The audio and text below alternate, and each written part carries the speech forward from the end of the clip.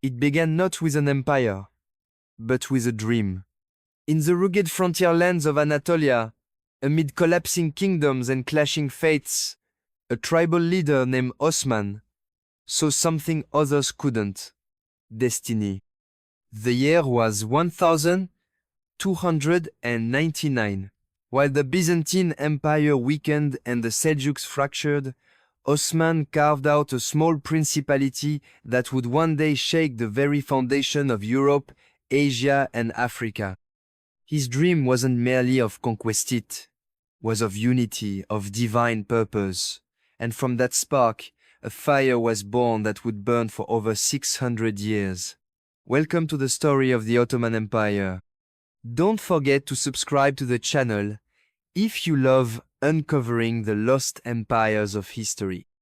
As Osman's followers expanded westward, they saw themselves not just as warriors but as Ghazi-Sholi fighters for Islam. Their banners fluttered over captured forts and crumbling cities. But it was Osman's son, Orhan, who gave the state its first taste of real power. He took the city of Bursa, made it the capital, and began the transformation from nomadic raiders into a sophisticated political force. Still, the Ottomans were just getting started. Europe barely noticed them, and the Byzantines dismissed them as one of many Eastern annoyances. That would soon change. By the mid-1300s, the Ottomans crossed into Europe and to Gallipoli. This moment changed everything. For the first time, an Islamic force had taken a permanent foothold in the Balkans. Panic spread among Christian kingdoms, but the Ottomans weren't just brutal warriors. They were strategists, diplomats, and masters of assimilation. They didn't just conquer territories.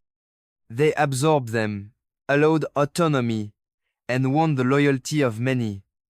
Their system, called the millet, let people keep their religion in exchange for loyalty.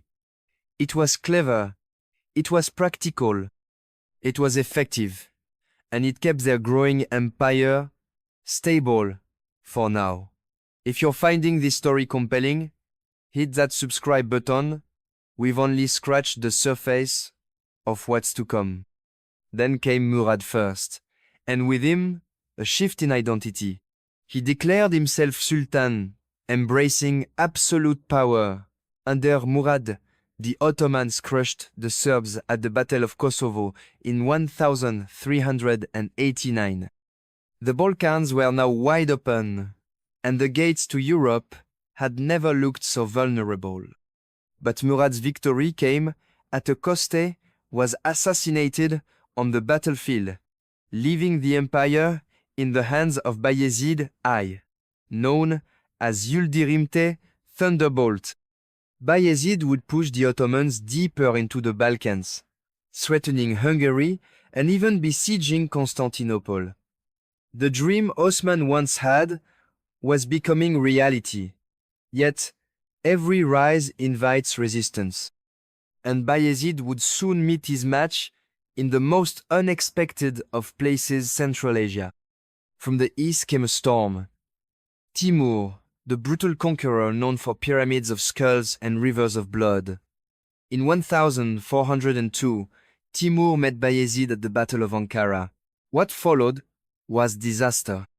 Bayezid was captured, humiliated, and later died in captivity.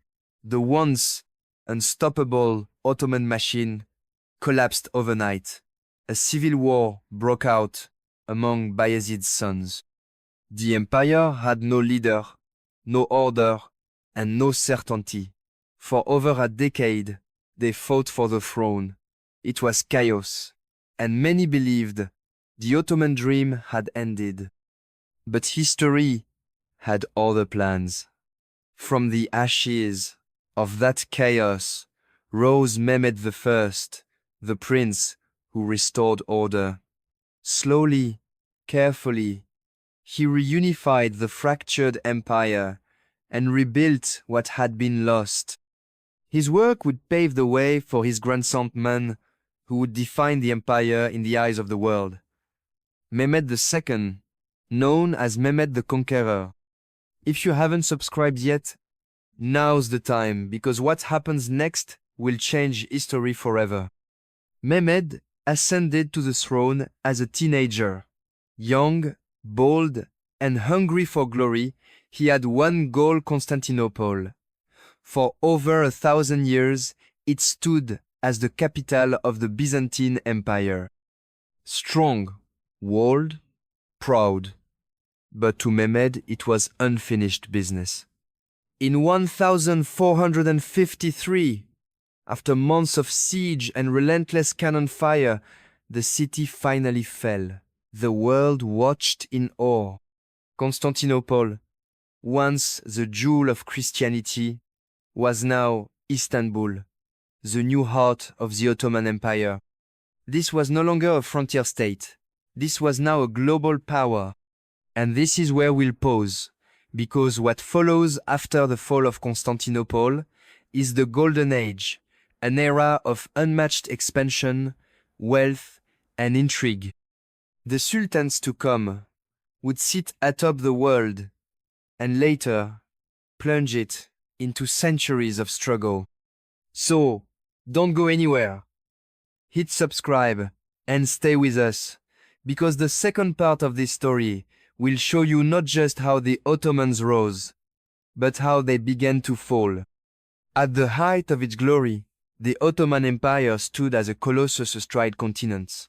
Its armies marched from the sands of Arabia to the gates of Vienna. Its navy ruled the Mediterranean. Its capital, Istanbul, pulsed with life merchants, scholars, poets, and spies, weaving through its vibrant streets. And at the heart of it all sat the Sultan. But this wasn't just royalty. This was the Caliph of Islam, the shadow of God on earth. And no Sultan embodied this power more than Suleiman the Magnificent. Under Suleiman, the empire reached its zenith. He reformed the legal code, earned respect even from his enemies, and led campaigns deep into Europe, crushing Hungary and laying siege to Vienna. The empire's cultural and architectural achievements flourished mosques, schools, bridges, and libraries. Istanbul glittered as the capital of the Islamic world.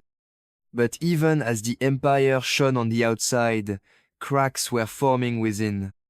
Don't forget to subscribe to the channel, because now we're entering the age of slow unraveling on. It's every bit as dramatic as the rise. Power, unchecked, always demands a price. As sultans grew more distant from the battlefield and more surrounded by palace intrigues, the empire's edge began to dull. The haremons, a private household, became a political force. Eunuchs, concubines, and court advisors pulled the strings behind velvet curtains. Sultans now spend more time in luxury than in war rooms. And while Suleiman's reign dazzled, his sons were a different story. The tradition of fratricide, killing your own brothers to secure the throne, owed to fear, paranoia, and often weak leadership. The bloodline remained, but the greatness faded. Then came the worst, endless wars, against the Safavids in Persia, against Austria, against Russia. They drained the treasury. Victory became rare. And worse, Europe was changing fast. The scientific revolution, the Enlightenment, the rise of capitalism, and modern armies. While the Ottomans clung to tradition, Europe raced ahead.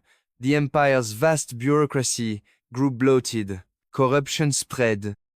Taxation became unbearable in the provinces. Rebellions flared in Egypt, in Arabia, in the Balkans. The once carefully balanced millet system now stoked division, not unity. And then, the unthinkable happened.